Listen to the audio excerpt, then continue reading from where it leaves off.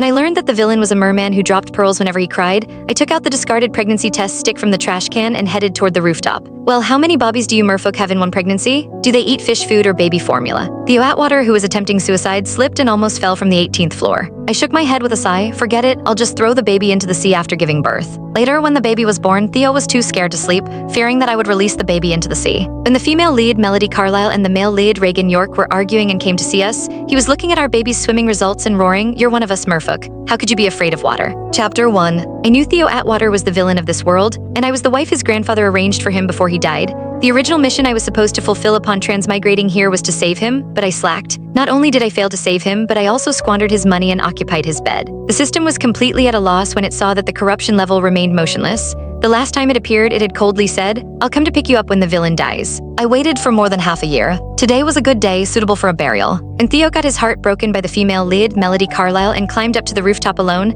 I had already fully donned the jewelry in the safe, eagerly awaiting the arrival of the system. However, when the system appeared, it remarked, "Elle, why are you wearing the villain's tears on your body?" What? I lowered my head in astonishment and looked at the priceless pearl necklace around my neck. Theo's a merman, and these pearls are his tears, the system said quietly. A merman merfolk in this story shed pearls. My worldview instantly crumbled. He was not a villain but a cash cow. This string of pearls was originally hidden in a secret compartment in the study. I thought it was a birthday gift for Melody. However, the gift remained ungiven even after her birthday party ended. Thus, I stole it on a dark and stormy night. I remembered when Theo found me wearing it. He asked me with a complicated look, "You like this?" I rolled my eyes on the spot. Of course, who would turn down money? I had it appraised, and it was worth $120 million.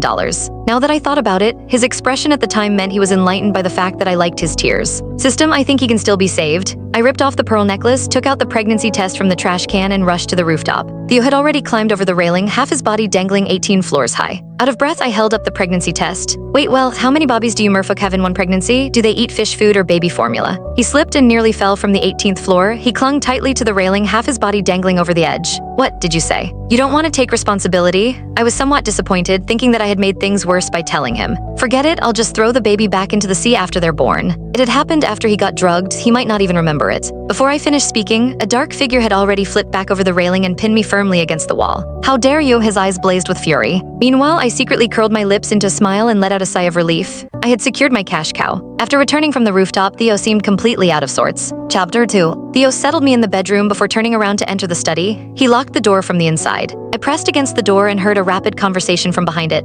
Calcium supplementation during pregnancy? Seaweed? Wait a minute, doctor. You said humans need to soak in seawater every day if they're carrying merbabies. His voice suddenly rose, but she's pregnant. I held back my laughter so much that my stomach hurt. Who would have thought that a vicious and cruel villain would be clutching a phone and Click the link on the homepage to watch the full follow-up for free.